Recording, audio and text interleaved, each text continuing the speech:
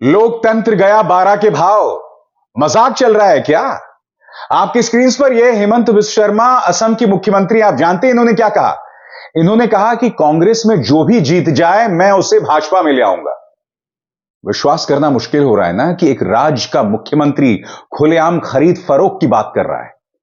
क्योंकि जब किसी दूसरे पॉलिटिकल पार्टी का व्यक्ति जीतता है तो वो किसी अन्य पॉलिटिकल पार्टी में कब जाता है? या तो तब जब उसे पैसे का लालच दिया जाए, या तो तब जब उसे एजेंसीज का डर दिखाया जाए। और हमारे सामने ढेरों मिसालें हैं। महाराष्ट्र की पूरी मिसाल है, मध्य प्रदेश की मिसाल है, जहां पर पैसे के लालच में, पद के लालच में सांसदों ने, विधायकों ने अपनी सरकारों को छोड़ा और भाजपा में शामिल हो गए। और अब हेमंत बिस्व शर्मा खुलेआम कह रहे हैं कि कांग्रेस का कोई भी जीते उसे मैं भाजपा में ले आऊंगा, इसलिए कांग्रेस को वोट देने की जरूरत नहीं। चुनाव आयोग सो रहा है? चुनाव आयोग कब जागेगा अपनी कुंभकर्णी नींद से? और सबसे बड़ी बात, कांग्रेस के या विपक्ष के हर छुट भैया नेता पर कार्यक्रम करने वाला गोदी मीडिया कब कटघरे में रखेगा हेमंत बिस्व शर्मा को? सबसे पहले देखिए इस मुद्दे पर आज तक न्यूज चैनल ने क्या कहा। अब मैं आपको सुनाना चाहूंगा कि असमीज में क्या कहा मुख्यमंत्री हेमंत बिस्व शर्मा ने। सुनते हैं। तक से ही सवाल पूछना चाहता हूं। इस वक्त जब मैं आपसे बात कर रहा हूं तो दिन के करीब 2 बज रहे हैं। मैं सवाल पूछना चाहता हूं, क्या तुम में हिम्मत है इस मुद्दे पर प्राइम टाइम डिबेट करने की? खुलेआम एक राज्य का मुख्यमंत्री यह कह रहा है कि चाहे जीते कोई भी, हम उसे भाजपा में ले आएंगे। कांग्रेस को वोट मत दो, हम उसे शामिल कर लेंगे।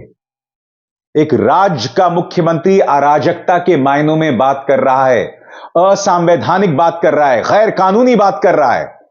आज तक ने जब यह खबर चलाई तो क्या वो इस पर प्राइम टाइम डिबेट करेंगे?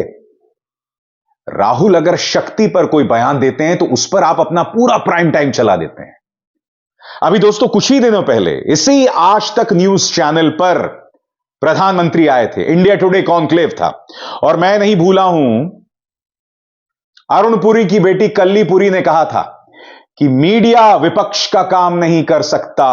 मीडिया विपक्ष नहीं है, हम कोई गोदी मीडिया नहीं है, हमारा काम नहीं है विपक्ष का काम करना, हम निष्पक्ष हैं, हम किसी भी ना सत्ता पक्ष के हैं ना विपक्ष के हैं। बात सही है आपकी, मगर ये जो तटस्थता है, ये न्यूट्रलिटी की बात तभी क्यों होती है जब विपक्ष की बात आती है? कभी सत्ता पक्ष को आप कटघरे में क्यों नहीं रखती?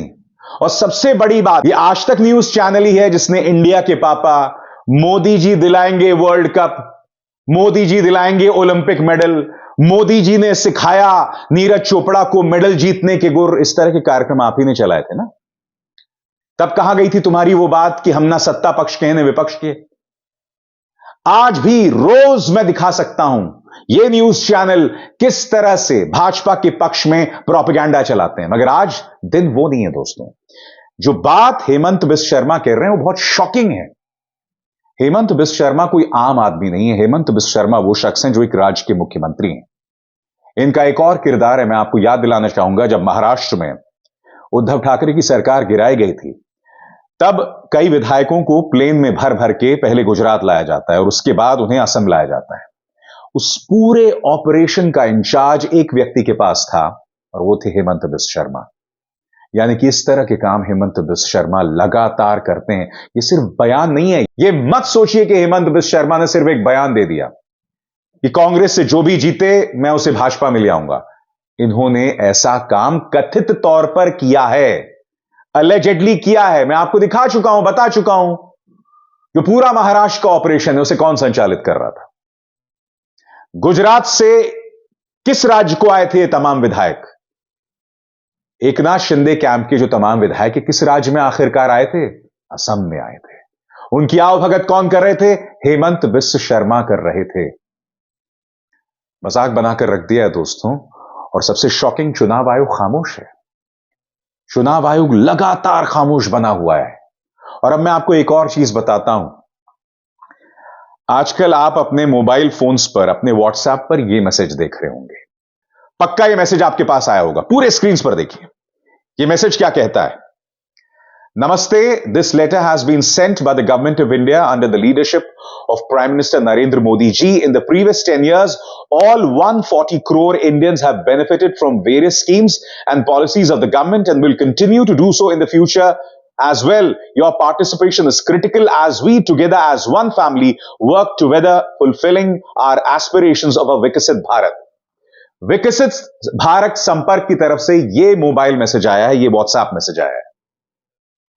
साफ तौर पर यह चुनावी आचार संहिता का उल्लंघन कर रहा है। मैं आपसे सवाल पूछना चाहता हूं, बेशक यह संदेश सरकार की तरफ से आया था, मगर सरकार कौन चला रहा है? भाजपा चला रही है। क्या इस तरह के संदेश दिए जाने चाहिए? क्या इस तरह का संदेश विपक्ष भेज सकती है? चुनाव आयोग सो क्यों रहा है, मैं समझना चाहता हूं। और बात यहां नहीं रुकती। कुछ ही दिनों पहले मैंने आपके सामने एक कार्यक्रम किया था, जिसमें मैंने आपको क्या बताया था, याद है आपको? मैंने आपको बताया था कि मोदी सरकार अपने वेबसाइट MyGov में एक कार्यक्रम चला रही है जिसका नाम है मेरा पहला वोट देश के लिए। और उस कार्यक्रम के अंतर्गत वो लोग वोटर्स का नाम, उनका पता, उनका मोबाइल नंबर, वो कहां रहते हैं, यही नहीं, उनका बैंक अकाउंट, ये सब जानकारी अर्जित कर रहा है।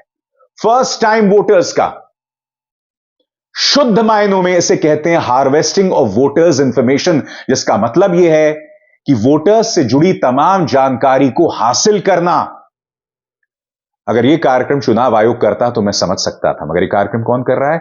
MyGov। मोदी सरकार कर रही है, यानी भाजपा ही कर रही है। इन तमाम मुद्दों पर चुनाव आयोग खामोश है। 3 मिसाल मैं आपको दे चुका हूं, हेमंत बिस्व शर्मा का शर्मनाक बयान, दूसरा मेरा पहला वोट देश के लिए जो चुनाव आचार संहिता के एकदम अलग है, और तीसरा यह व्हाट्सएप संदेश जो आपके मोबाइल फोन्स में आ रहा है। क्या समझ रखा है आपने इस लोकतंत्र को? मजाक बनाकर रख दिया आपने। हालात इतने बदतर हो गए हैं कि तृणमूल कांग्रेस को यह अपील करना पड़ रहा है कि चुनाव सुप्रीम कोर्ट की निगरानी में हो। अभी हाल ही में चुनाव आयोग ने एक आदेश दिया, उन्होंने 6 गृह सचिवों को हटाने का आदेश दिया और साथ ही बंगाल के डीजीपी को भी हटाने का आदेश दिया। क्यों भला? मैं समझना चाहता हूं क्यों। मैं आपको बतलाना चाहता हूं, संदेश खाली में जिस व्यक्ति पर महिलाओं के साथ अत्याचार करने का आरोप था, शाहजहां, उसे बंगाल पुलिस ने गिरफ्तार किया था ना, मगर दिल्ली पुलिस ने बृजभूषण शरण सिंह के खिलाफ बाकायदा चार्जशीट दाखिल की है। तो क्या योगी पुलिस ने गिरफ्तार किया बृजभूषण शरण सिंह को? हालांकि मैं जानता हूं मुख्यमंत्री आदित्यनाथ जी को कोई बहुत ज्यादा पसंद नहीं है बृजभूषण शरण सिंह। क्या मोदी सरकार ने कोई एक्शन लिया बृजभूषण शरण सिंह के खिलाफ, जिसके खिलाफ बाकायदा चार्जशीट दाखिल है दिल्ली पुलिस की? कम से कम बंगाल पुलिस ने शाहजहां को गिरफ्तार तो किया है। मैं आपसे सवाल पूछना चाहता हूं, चुनाव आयोग बंगाल डीजीपी को हटाने की बात क्यों कर रहा है? कमाल हो गया है दोस्तों। लोकतंत्र का जिस तरह से माहौल बनाया जा रहा है, मजाक बनाया जा रहा है, यह ठीक बात नहीं है। इससे स्पष्ट हो जाता है कि चुनाव जो है बराबरी का मुकाबला नहीं है। पूरी तरह से व्यवस्था जो है वो भाजपा के पक्ष में है। विपक्ष की बात कही नहीं जाती, और कही जाती है तो उन्हें बदनाम किया जाता है, टारगेट किया जाता है। और जैसे मैंने आपको बताया, ताजा मिसाल राहुल गांधी ने जो शक्ति के बारे में अपना बयान दिया था, मगर साहब मजाल है इनमें से कोई भी हेमंत बिस्व शर्मा पर डिबेट करे। आपके और हमारे फोन में जो व्हाट्सएप मैसेजेस आ रहे हैं उस पर डिबेट करें। चुनाव आचार संहिता का जो उल्लंघन हो रहा है उस पर डिबेट करें। चुनाव आयोग की हम बात क्या करें दोस्तों? याद कीजिएगा, जब लोकसभा चुनावों का ऐलान हुआ था तब नेशनल हेरल्ड की एशलिन ने एक सवाल पूछा था मुख्य चुनाव आयुक्त राजीव कुमार से। उनसे पूछा था कि राजीव कुमार जी, ये बताइए कि जब राहुल गांधी पर कोई एक्शन लेना होता है तो आप तुरंत एक्शन लेते हैं, मगर जब प्रधानमंत्री और अमित शाह चुनाव आचार संहिता का उल्लंघन करते हैं तब आप कुछ नहीं करते। बोलती बंद हो गई थी राजीव कुमार जी, एक शब्द नहीं बोल पाए थे। यहां तक कि जी न्यूज के पत्रकार ने भी उनसे पूछ लिया था कि ये जो मॉडल कोड ऑफ कॉन्डक्ट है, मोदी कोड ऑफ कॉन्डक्ट तो नहीं बन गया है। सुनिए वो पूरा नजारा क्या था, जिससे पता चलता है कि हमारा चुनाव आयोग किस तरह से पूरी तरह से एक्सपोज्ड है। देखिए। I am Ashlin Mathew from National Herald. Thank you. You had said in your speech that there should be no hate speech. There will be a calibrated approach to code violations. But there have been several complaints against the Prime Minister and Amit Shah, but none of the EC has not taken action against them. But you have taken action against the opposition leaders. So even if you take a calibrated approach, so won't it be the opposition leaders who get picked up more, who will get notice from you more than the ruling party leaders? कि model code of conduct का जो सवाल खड़ा किया हमारे किसी दोस्त ने कि बार बार विपक्ष ये सवाल खड़ा करता है, तो पिछली बार उन्होंने नाम दिया कि मोदी कोड ऑफ कंडक्ट, जिसमें मोदी के खिलाफ आप सॉफ्ट होते हैं और राहुल गांधी के खिलाफ आप ज्यादा एक्शन लेते हैं। ऐसा क्यों होता है, ऐसा आरोप क्यों लगता है चुनाव आयोग? जो एमसीसी के बारे में प्रश्न पूछा, जिसमें आप ये पूछना चाह रहे हैं कि हम बायस्ड होके किसी के खिलाफ एक्शन लेते हैं, किसी के खिलाफ नहीं लेते, यही आप प्रश्न बेसिकली पूछना चाह रही हैं। पूछना नहीं चाह रही हैं, आरोप लगा रही हैं, जिसका मुझे जवाब आपको देना चाहिए। Correct, very right, you have a question right to ask.